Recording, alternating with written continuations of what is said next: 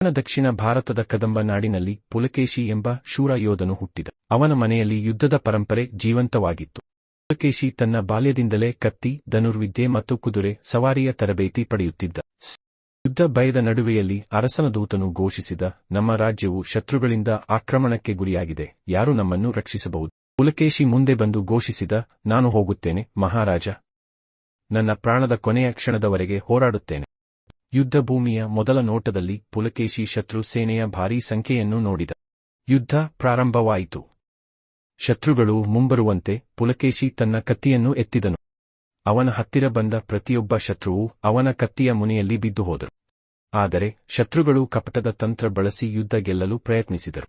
ಪುಲಕೇಶಿ ತನ್ನ ಕೊನೆಯ ಶಕ್ತಿಯವರೆಗೆ ಹೋರಾಡಿದ. ಅವನು ತನ್ನ ಸೇನೆಯನ್ನು ಪಾರು ಮಾಡಲು ತನ್ನನ್ನು ತಾನೇ ಬಲಿ ನೀಡಲು ನಿರ್ಧರಿಸಿದ. ಕೊನೆಯ ಹೊತ್ತಿನಲ್ಲಿ ಪುಲಕೇಶಿ ಶತ್ರುಗಳ ದಾಳಿಯನ್ನು ತಡೆದು ತನ್ನ ಸೇನೆಯನ್ನು ರಕ್ಷಿಸಿದ. ಅವನ ಶೌರ್ಯವನ್ನು ಎಲ್ಲರೂ ಸ್ಮರಿಸಿದರು. ರಾಜ್ಯದಲ್ಲಿ ಪುಲಕೇಶಿಯ ಜಯಸ್ತಂಭವನ್ನು ನಿರ್ಮಿಸಿ ಅವನ ಸಾಹಸವನ್ನು ಶಾಶ್ವತಗೊಳಿಸಿದರು.